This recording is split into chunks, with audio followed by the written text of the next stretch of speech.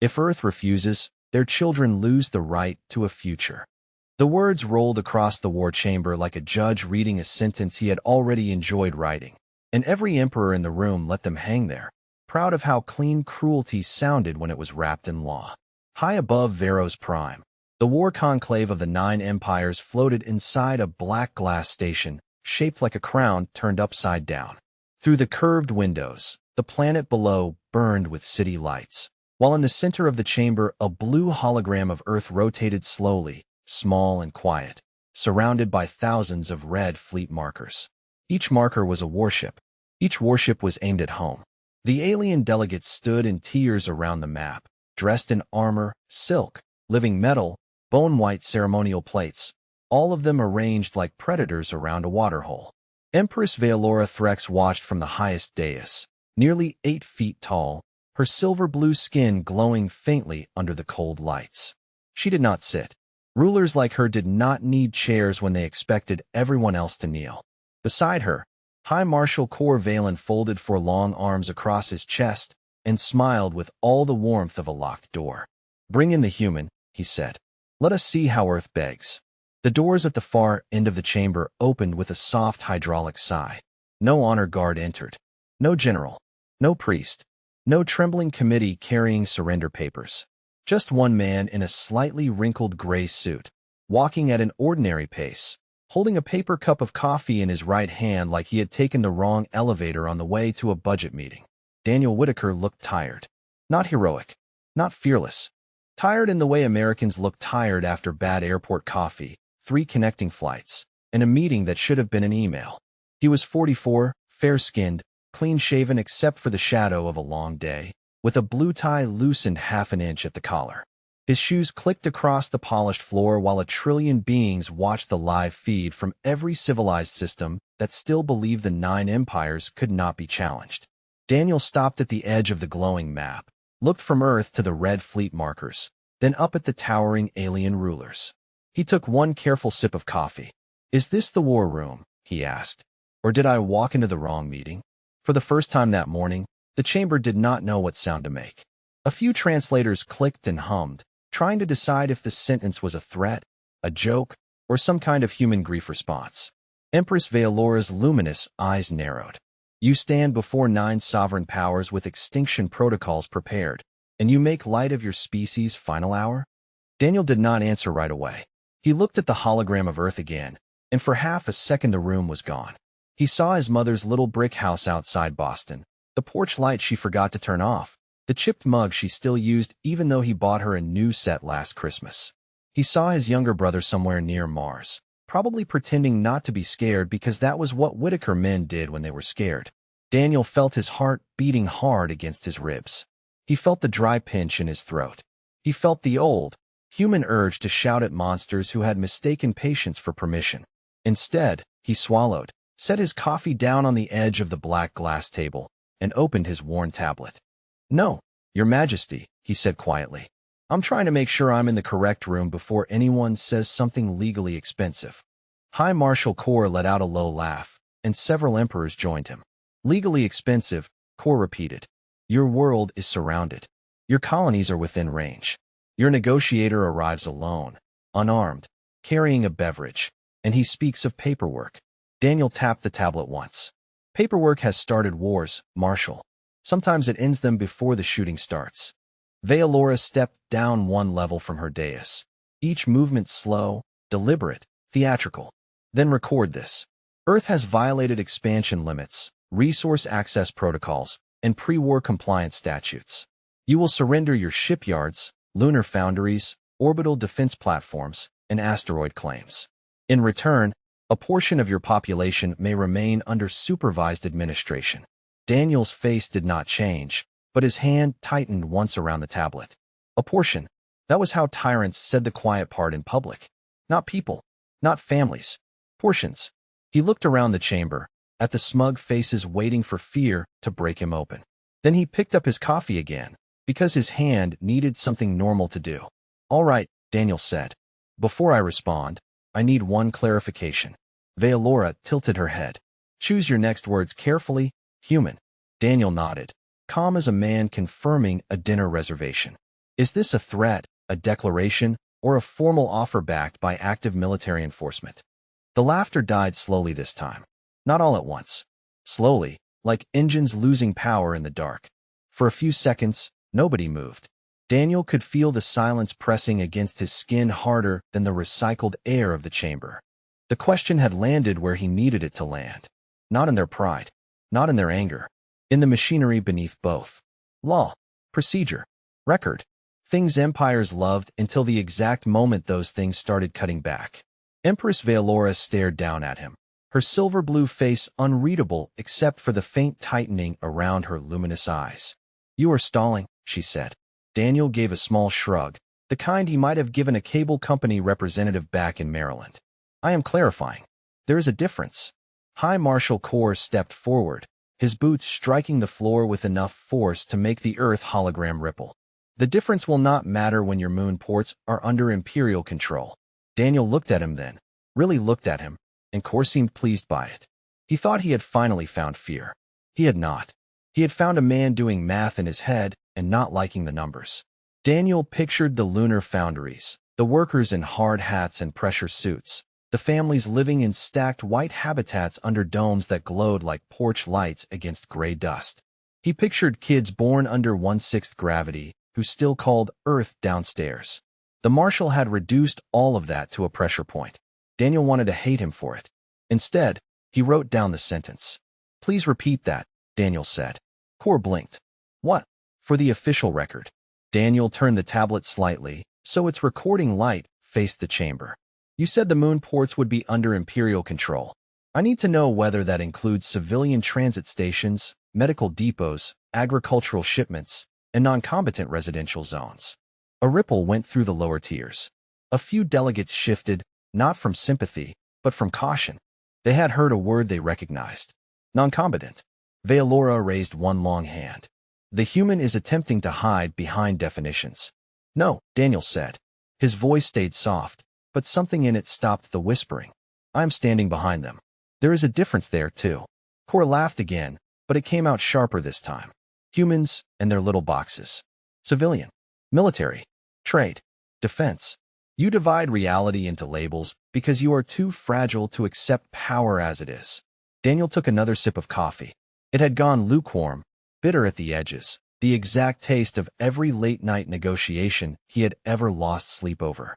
"Maybe," he said, "or maybe labels are how decent people avoid turning every problem into a funeral." That did not translate cleanly.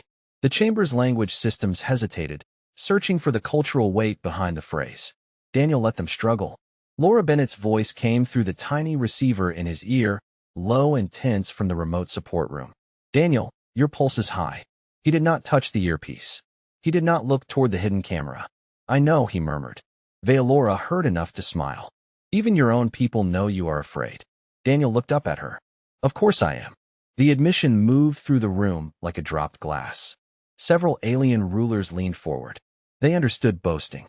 They understood denial. They did not understand a negotiator who admitted fear without surrendering an inch. Daniel set the cup down beside the hologram of Earth. "My mother lives 6 miles outside Boston. My brother is assigned near Mars. I have friends on Ceres. I know exactly what your fleets are pointed at. So yes, Your Majesty, I am afraid." He paused, letting the words settle where they belonged. "That is why I am being careful." Veilora's expression cooled. For the first time, Daniel saw irritation beneath the ceremony. She wanted panic. Panic was simple. Panic could be displayed, mocked, broadcast, used as proof that Earth had accepted its place. Carefulness was something else. Carefulness had edges.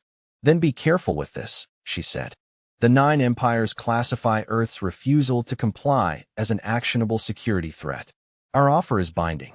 It is backed by active military enforcement. Your defense assets will be neutralized. Your colonies will be administered. Your species will survive by our restraint." Daniel did not smile. He did not celebrate. He only tapped one key on the tablet, and far away, through channels no Imperial scanner could read, a single line of text left the chamber for Earth. They said it themselves. The message reached Earth in less time than it took Daniel to lift his coffee again. Nobody in the chamber saw it leave. To the 9 empires, It looked like a tired man touching a tablet because he needed something to do with his hands. To Laura Bennett, watching from a narrow support room 3 decks below, it looked like a fuse finally meeting the match. Her screen flashed once, then opened a secure reply from Geneva Command. Clause 7 review initiated. Maintain record. Do not provoke. Laura closed her eyes for half a second. Daniel, she whispered into the channel. They received it. Daniel gave no sign that he had heard her.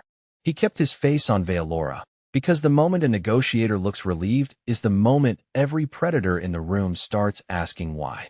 Empress Veilora turned toward the gathered rulers with slow, elegant confidence. You see, she said, this is the nature of humanity. They ask for definitions while their world is one command from silence. They confuse language with strength. Several delegates made approving sounds. Kor looked delighted, like a man watching a smaller animal run deeper into a cage. Daniel glanced at the red markers around Earth. The fleet positions had not changed, but one small detail bothered him. The Threxian vanguard was sitting 18,000 miles too far above the ecliptic plane. A rookie would call it arrogance. Daniel did not believe in rookie mistakes from empires that old. They were avoiding something, or they thought they were. He turned back to the table. I have your classification as an actionable security threat, he said. I have your statement that the offer is binding. I have your statement that it is backed by active military enforcement. I now need the scope of that enforcement. Veelora's patience thinned. The scope is whatever we decide it is. That is not a scope. That is a mood. A few translators clicked again, struggling with the insult because Daniel had delivered it in the tone of a man discussing parking validation. Kor stepped closer. You are mocking us. No, Marshal. If I were mocking you, you would know. Daniel looked down at his tablet. I am asking whether enforcement includes seizure of civilian infrastructure, restriction of food shipments, control of medical transport, forced administrative oversight, and the disabling of defensive systems around inhabited settlements. The room grew colder, or maybe Daniel just felt it that way. He could hear his own breathing now. Slow in, slower out. He remembered his father teaching him to drive in a grocery store parking lot in New Hampshire, one hand hovering near the dashboard, saying, do not jerk the wheel when you are scared. Small corrections save lives. Daniel had hated that advice at 16. At 44, surrounded by empires, it was the only thing keeping his voice steady. Veilora leaned forward, her silver-blue skin brightening faintly along the cheekbones. Yes, she said. All infrastructure necessary to ensure human compliance falls within imperial authority. Daniel nodded once. Including civilian habitats? Laura's voice cut into his ear, sharp and scared. Careful. Kor answered before Veilora could. If your civilians live inside assets of strategic value, that is a human failure, not an imperial concern. Daniel stopped moving. Only for a second. Long enough for Laura to notice. Long enough for Veilora to mistake it for pain. It was pain, in a way. Not panic. Not surprise. The kind of pain a person feels when someone across a table proves they were exactly as cruel as everyone warned. Daniel set his coffee down, lined the cup carefully with the edge of the black glass table, and pressed the confirmation key. Across the official galactic archive, the testimony sealed itself under diplomatic witness protocol. No empire could edit it. No court could dismiss it as rumor. No ruler could claim the humans had misunderstood. Veilora smiled. Have you finished documenting your fear? Daniel looked at her for a long moment, then gave the smallest shake of his head. No, he said. I have finished documenting your consent. For the first time, High Marshal Kor did not laugh. Somewhere beyond the chamber walls, in the dark around Seoul, the first Imperial scout drone quietly lost contact with its fleet. The first scout drone disappeared so quietly that the chamber almost missed it. One red speck near the outer edge of the Seoul projection blinked once, flickered gray, and vanished from the table. No explosion, no dramatic alarm, just absence. Daniel saw it. So did Kor. The marshal's jaw tightened, but he recovered fast, turning toward a junior officer along the lower tier. Sensor artifact, he snapped. Confirm telemetry. The officer bent over his console, all 6 fingers moving with nervous speed. Attempting confirmation, Marshal. Veilora did not look at the officer. She watched Daniel instead. That bothered him more than the fleet markers. She was old enough in power to understand that some moments did not announce themselves. Some moments entered the room, wearing comfortable shoes and holding bad coffee. Daniel kept his eyes on his tablet. Inside, he felt the pressure building behind his ribs, the kind of pressure that made a man want to rub his face, pace, call his mother, apologize to people who had no idea they might need apologizing to. He did none of that. He stayed still because stillness was the only language this room had not learned how to read. Laura spoke in his ear, softer now. Daniel, Geneva is asking for confirmation that they mentioned civilian habitats directly. They did, he said under his breath. Cor heard the murmur and stepped closer. Speaking to your handlers, human? Daniel looked up. Support staff. Every office has them. Yours probably have better uniforms. A faint ripple of amusement moved through two minor delegates before they remembered where they were and went silent. Cor's eyes narrowed. You believe this is amusing? No, Daniel said. I believe it is Tuesday. That answer confused the translators badly enough that 3 separate language streams appeared above the table before collapsing into one. Velora's patience finally cracked at the edges. Enough. You have wasted our time with questions, recordings, and procedural games. Sign the compliance order. A document appeared over the Earth hologram, long and glowing, written in imperial legal script with a translation beneath it. Daniel read fast. He had spent half his adult life reading contracts written by people who smiled while hiding knives and footnotes. This one was worse, not because it was clever, but because it was lazy. The 9 empires had expected fear to do the work their lawyers had not done. He scrolled past the first page, then the second, then a clause near the bottom made his stomach go cold. Supervised population relocation may be implemented where strategic density exceeds imperial tolerance. Laura saw his pause on the remote feed. What is it? Daniel did not answer right away. He thought of Baltimore traffic. He thought of a little league field behind his old middle school. He thought of a nurse on Luna sending her daughter a birthday video because the commute back to Earth cost too much. Strategic density. Imperial tolerance. That was how comfortable people made ordinary lives sound disposable. He placed the tablet flat on the table and looked at Veolora. Remove the relocation clause. Veolora's chin lifted. No, then there is no signature. Cor gave a short, ugly laugh. There was never meant to be a negotiation. There was meant to be obedience. Daniel nodded slowly, as if Cor had just corrected a typo. Thank you. Cor froze. For what? Daniel turned the tablet so the official record could see the document, the clause, the refusal, and Cor's admission together. For making it simple. Another red marker vanished from the soul projection. Then a third. Across the chamber, Imperial officers began whispering into private channels that suddenly sounded much less private than they had a minute ago. Veolora looked at the map, then back at Daniel. What have you done? Daniel picked up his coffee. It was cold now, but he drank it anyway. Nothing yet, he said. I am still trying to keep this polite. The words did not calm the room. They changed the temperature of it. Daniel could feel the shift the way a person feels a storm before the first drop of rain, not in the ears, but in the bones. The emperors were still standing tall, still wearing all that ancient metal and inherited certainty, but their officers were not looking at Earth anymore. They were looking at the empty spaces where scout markers used to be. Veolora turned slowly toward her command staff. Restore long-range confirmation. A Threxian officer bent over his console, his voice lower than it had been a minute earlier. We are attempting to re-establish, Your Majesty. The relays are not responding. Cor snapped. Then use Imperial override. We are, Marshal. That answer landed badly. Daniel watched Cor hear it and dislike it, because empires hated nothing more than discovering that a command was not the same thing as control. Laura's voice came into Daniel's ear. Geneva has completed the review. They are asking whether you can introduce the charter without escalating. Daniel almost laughed. Not because it was funny. Because only Earth would ask a man surrounded by 9 war governments to keep things from getting awkward. He set his coffee down, touched the tablet, and brought up a document so old that half the chamber lights adjusted to display it properly. Golden text unfolded above the black glass table. The Veros Armistice Charter. Veolora's eyes narrowed. Cor stopped pacing. Several of the older rulers leaned forward in recognition, and for the first time since Daniel had entered the room, they looked less like judges and more like witnesses who had forgotten what they once swore to. Daniel spoke quietly. 612 years ago, after the Hellion border collapse, The 9 empires wrote this charter to stop coordinated annexations under the excuse of security enforcement. Kor bared his teeth. Humanity was not there. Correct, Daniel said. You wrote it before you met us. That is what makes it useful. A low murmur ran through the chamber.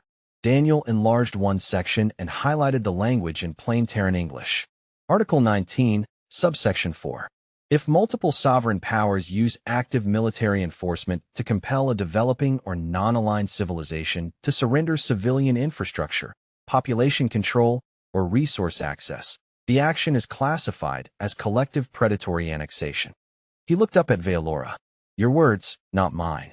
Veolora's glow dimmed slightly, the first crack in the royal mask. That clause applies to defenseless worlds. No, Daniel said. It applies to targeted worlds. Defenseless is not required. You would know that if you had read the footnotes instead of building a room around the assumption that nobody else would. One of the minor emperors shifted back from the table. Kor noticed. Do not be fooled by him. This is a performance. Daniel nodded. Yes, a recorded one. He tapped the screen again. Around the chamber, every broadcast crystal, archive lens, and diplomatic witness node lit up with a clean white seal. The live feed did not cut. It hardened. Locked. Preserved. The war conclave was no longer hosting a private intimidation session. It had become evidence. Veolora raised her hand sharply. In the transmission. Nothing happened. An officer tried again, then again, his fingers moving faster each time. Your Majesty, the archive has accepted witness protocol. Kor turned on Daniel. You hacked our system. Daniel shook his head. No, I used your system exactly as written. He picked up the cold coffee, then seemed to think better of drinking it. You invited one human negotiator into a lawful conclave. You declared active military enforcement. You included civilian infrastructure. You refused to remove population relocation. Then your marshal said obedience was the point. He glanced at Kor. That was the cleanest part, honestly. Very helpful. Kor's face tightened with fury, but Daniel did not give him the reaction he wanted. He looked back at Veolora, and beneath the calm, he felt the full weight of what came next. Because this was the line. Once crossed, nobody in the room could pretend this was just paperwork. Under Article 19, Daniel said, Earth is now authorized to activate total defensive autonomy. Another red marker vanished. Then 5 more blinked gray in a neat, terrible row. Veolora stared at the map. Daniel's voice dropped almost to a whisper. You did not catch us unprepared, Your Majesty. You caught us being polite. The phrase crossed the chamber softly, but it hit harder than any alarm. You caught us being polite. For a heartbeat, the 9 empires did not understand it. Politeness, to them, was weakness dressed nicely. Politeness was what small worlds offered before tribute. Politeness was a ribbon tied around fear. Then the soul projection changed. The red markers around Earth did not explode or scatter. They simply began losing shape. Clean Imperial Fleet icons turned into dull gray blocks, one after another, as if some invisible hand was taking names off a guest list. A Threxian communications officer straightened so fast his chair slid back across the floor. Your Majesty, Forward Relay Group 7 has dropped from command structure. Kor spun toward him. Dropped how? I do not know, Marshal. They are still present on passive scan, but they are no longer accepting orders.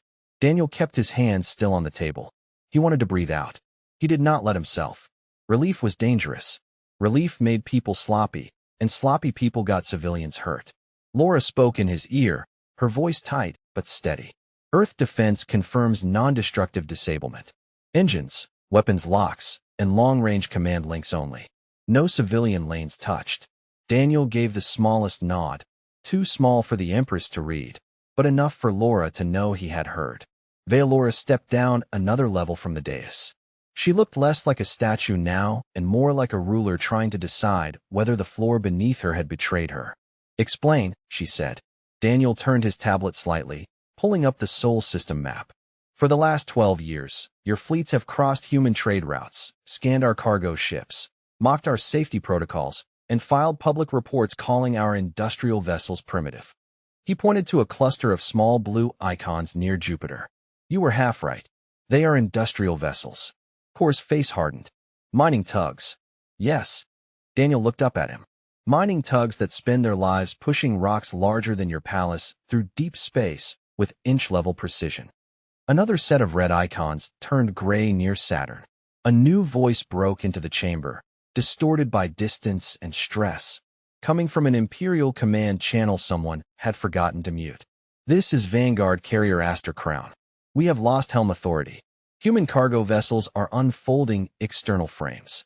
Repeat, the civilian freighters are unfolding. The chamber went still. Daniel hated the fear in that voice. Not because it was undeserved, but because fear had a way of turning people stupid. He looked directly at Veilora. Tell your captains to stop trying to override. The locks are temporary unless they force them. Veilora's eyes flashed. You dare give orders to my fleet? No, Daniel said. I am trying to keep your fleet intact. Kor slammed a fist onto the table, making the Earth hologram tremble. Lies. Human ships do not have the power to restrain a Threxian dreadnought. Daniel almost smiled, but there was no joy in it. That is true. One human ship does not. The soul projection widened. Thousands of blue icons appeared where there had been empty trade lanes, repair yards, fuel depots, courier stations, habitat maintenance craft, old cargo haulers, and ugly rectangular freighters that every empire had dismissed as slow, cheap, and harmless. They were not warships in the way the 9 empires understood warships. They were working ships, built by people who fixed broken things in vacuum, hauled metal across impossible distances, and learned early that space did not care how elegant your technology looked. Laura whispered, Daniel, they are seeing the network now. He knew. He could feel it in the room. The first real silence. Not confusion. Not insult. Recognition. Veilora stared at the blue web spreading through Sol like a nervous system waking up. You militarized civilian infrastructure. Daniel's jaw tightened. No. We protected civilian infrastructure with the tools already there. There is a moral difference. I realize this room may need a minute with that. One of the minor rulers lowered his voice. How long has Earth had this capability? Daniel looked at the cold coffee ring on the table, then at the tiny blue world turning in the middle of all that imperial glass. Long enough to hope we would never need to discuss it. Another red fleet cluster faded gray. This time, nobody laughed. High Marshal Kor was the first to break. Not loudly at first. Not with some grand command worthy of a war epic. He simply looked at the gray fleet markers, then at Daniel, and something old and ugly moved behind his eyes. Pride discovering fear. Seize him, Kor said. 2 Threxian guards stepped away from the lower wall, their armor shining like black water under the chamber lights. They were enormous, each one nearly a foot taller than Daniel, with ceremonial sidearms locked at their hips, and the steady confidence of men who had never been told no by anyone they could reach. Laura's voice snapped into his ear. Daniel, do not move. Security protocol is shifting around you. Daniel did not move. He kept one hand beside his cold coffee and the other flat on the table, where every archive lens could see it. No weapon, no gesture, no panic. Just a middle-aged man in a rumpled suit standing in the most dangerous room in the known galaxy, trying very hard not to think about the fact that his left knee had started shaking under the table. He locked it still. Small corrections save lives. Veilora watched the guards approach, but did not stop them. Your demonstration is over, she said. Daniel looked past the guards to the soul projection, where more Imperial ships were turning gray, cleanly, quietly, without fire, without spectacle, without anyone needing to make a speech about it. No, Your Majesty, he said. The demonstration is yours. We are still documenting. One guard reached for Daniel's arm. Before his armored fingers made contact, every screen in the chamber went white. Not blank. White. Sealed. Official.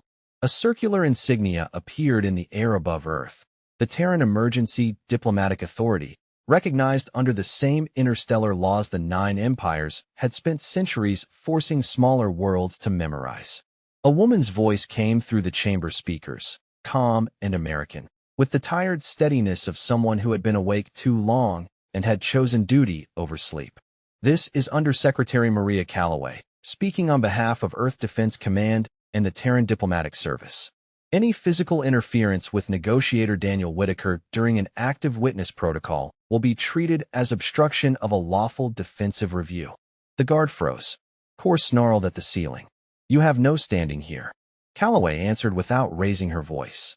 High Marshal Cor Valen, your statement has been recorded. Your legal objection is noted and rejected under Article 19, subsection 8, which your government ratified 409 years ago. For the first time all day, Daniel almost felt sorry for somebody. Almost. There was something uniquely painful about watching a bully learn that the rulebook had pages after the ones he liked.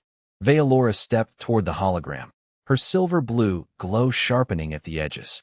Earth Defense Command, she said, each word cold enough to frost glass. You are interfering with an Imperial enforcement action. No, Calloway said. We are preventing an unlawful annexation from becoming a war you cannot control. Cor jabbed a finger toward Daniel. He is not a negotiator. He is a trigger. Daniel looked at him, and the chamber heard how tired he was when he answered. Marshal, a trigger starts something. I came here to stop you from pulling yours. Another command channel burst open, this one from a Threxian carrier near Jupiter. Imperial Command, we have lost jump authority.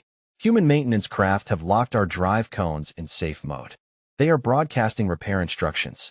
Repeat, they are sending us instructions. A few delegates looked genuinely confused by that. Daniel understood why. The 9 empires would never disable an enemy and then teach them how not to make it worse. Humans would.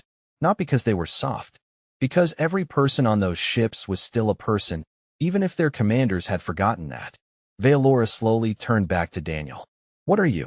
Daniel picked up the coffee, found it empty, and set it down again. The person you sent for, he said. You asked for someone authorized to negotiate Earth's surrender. His eyes lifted to hers. I am authorized to negotiate yours. The sentence did not echo. It did not need to.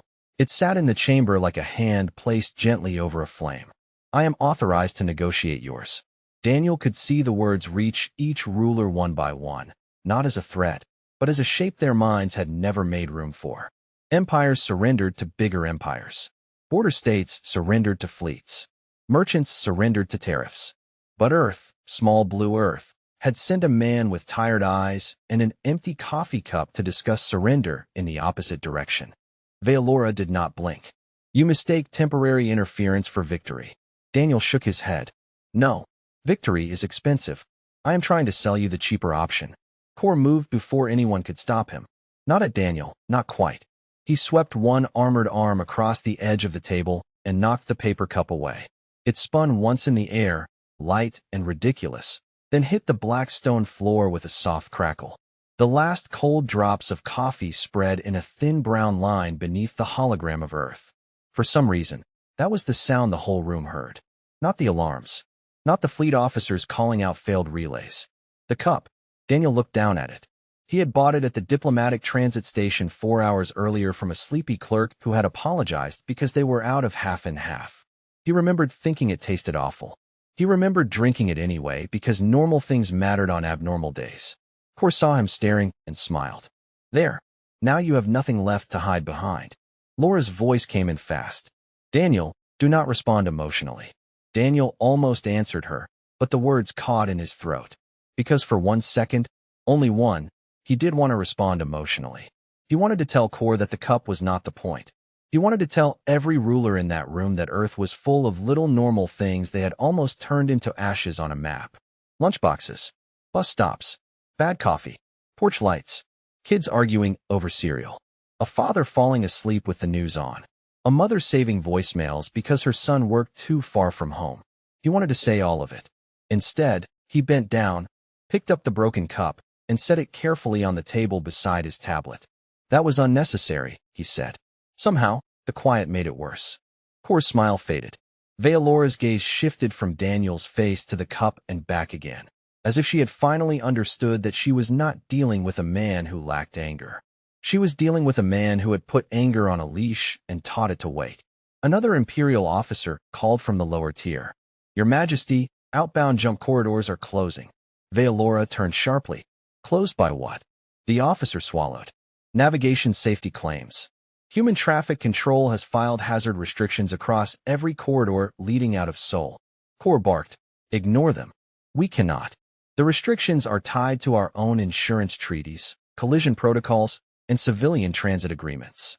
If we override them, our ships become legally responsible for any incident in shared space. Daniel looked at Core. Paperwork, he said. No one laughed. Laura spoke again, slower now. Daniel, Geneva says contingency black is ready if you transfer authority. Daniel looked at the gray fleet markers, then at the few that were still red, still armed, still prideful enough to be dangerous. His mouth felt dry. He thought of his brother near Mars. He thought of his mother's porch light. Then he touched the broken rim of the coffee cup with one finger and made his choice. Laura, he said softly. Transfer authority to contingency black. The white seal above Earth turned deep blue. Across the soul projection, every Imperial retreat line shifted from open green to locked gray. Veilora stared at the map as if it had betrayed her personally. Daniel lifted his eyes to hers. Now, he said, we should talk before someone less patient joins this meeting. Contingency Black did not roar into the chamber. It arrived as a list. That was what made it terrifying. No anthem, no threat, no fiery speech from Earth. Just a calm legal packet opening above the hologram of soul, each condition appearing in plain language every species could understand. Daniel stood beside the broken coffee cup, his hands steady now because the choice had already been made. The hardest part of a cliff is not falling. It is deciding whether to step back. Condition 1, Undersecretary Calloway said through the chamber speakers. All Imperial fleets within the sole defensive zone will power down offensive systems and accept safe navigation custody until independent observers arrive. Veelora's face remained still, but the glow beneath her silver-blue skin had dimmed to something cold and thin. Custody, she repeated. A polite word for capture. Daniel looked at her. A precise word for not making this worse. Calloway continued. Condition 2. The 9 empires will withdraw all claims against Earth, Luna, Mars, Ceres, and associated human settlements. Condition 3. The relocation clause is void. No civilian population will be moved, catalogued, administered, or threatened under Imperial authority. At that, a few lower delegates looked away. Not from anger. From shame, maybe, or the first uncomfortable memory of what words can hide when powerful people stop hearing the humans inside them. Core tried one last time. Your fleets are locked, but your planet is still within range. Daniel turned toward him slowly. He was tired of Core. Not angry now, just tired in the way decent people become tired when cruelty keeps asking to be taken seriously. Marshal, every ship that still has range also has a crew that wants to go home. Do not gamble their lives on your pride. The room went quiet. It was the first time Daniel had said it plainly. Not empire. Not asset. Not dreadnought. Crew. Lives. Home. 3 simple words. And they did more damage to Core's certainty than any display of force had.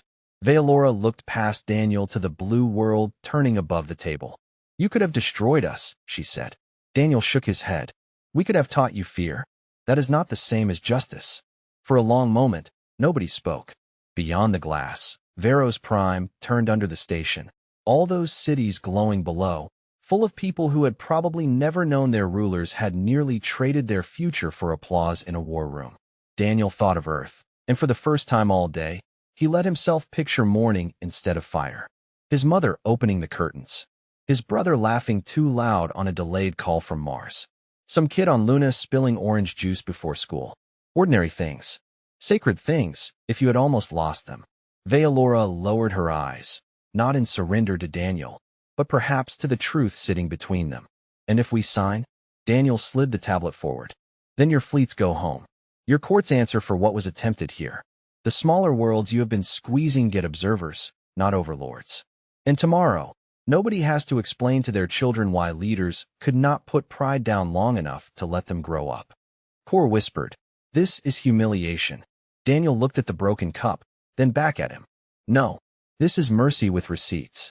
Veilora stared at him for one final second, searching for the conqueror she understood and finding only a weary man who had come alone because someone had to.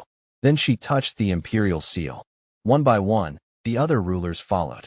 Across the soul projection, the red markers faded to blue custody lights. Engines powered down.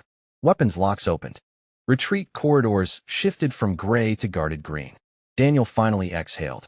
Laura's voice came softly through his ear. It is done. Daniel did not smile. Not because he was unhappy, but because peace should never feel like a trophy. It should feel like a burden people agree to carry together. He picked up the broken paper cup, folded it once in his hand, and slipped it into his pocket. Veilora watched him. Why keep that? Daniel paused at the door. So, I remember what almost happened over a room full of people who thought ordinary lives were small. Then he walked out of the war conclave alone, past emperors who had prepared for war, and discovered that humanity's greatest weapon was not rage. It was restraint. And restraint, once mistaken for weakness, has a way of making the whole galaxy reconsider what strength is supposed to mean.